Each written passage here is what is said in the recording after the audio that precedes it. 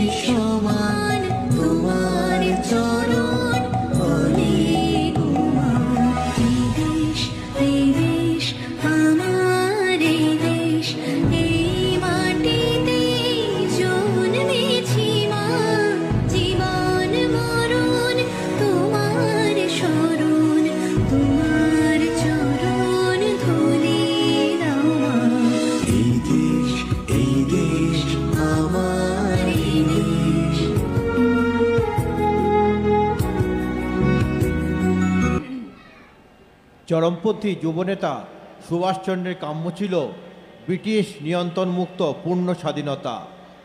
দেশনায়ক সুভাষচন্দ্রের অসীম সাহস, প্রচণ্ড আত্মবিশ্বাস, সীমাহীন ত্যাগ ও অবিচল আদর্শবাদের এক উজ্জ্বল দৃষ্টান্ত। তোমার পাথরে দিয়েছি মালা, এত ফুল, এত মালা, তুমি ঢাকা পড়ে গেছো।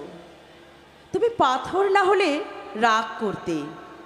56 বছর আগের এক মধ্যরাতে এলগিন রোডে 3 তলার ঘরে আলো জ্বলছিল।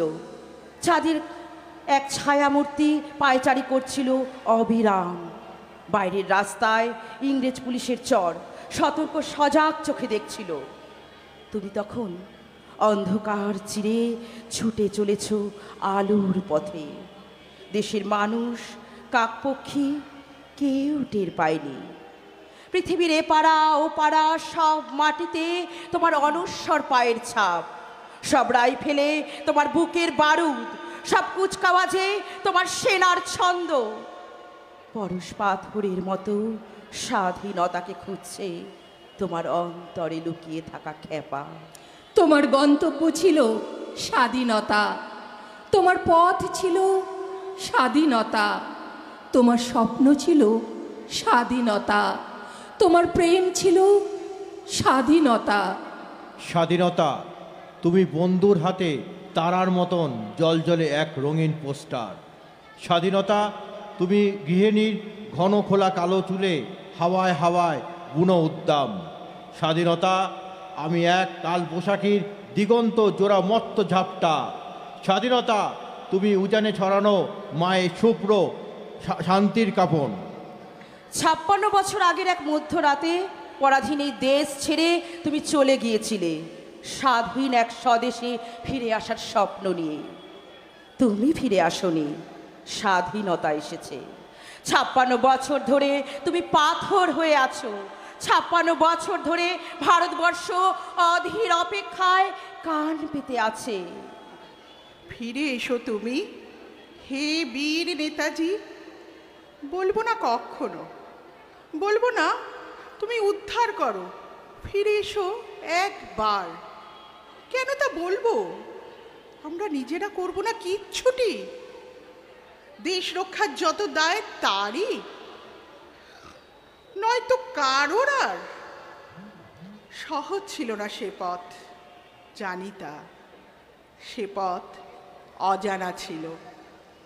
বুকে ছিল বল, অসীম সাহস, লক্ষ্যটি ছিল স্থির।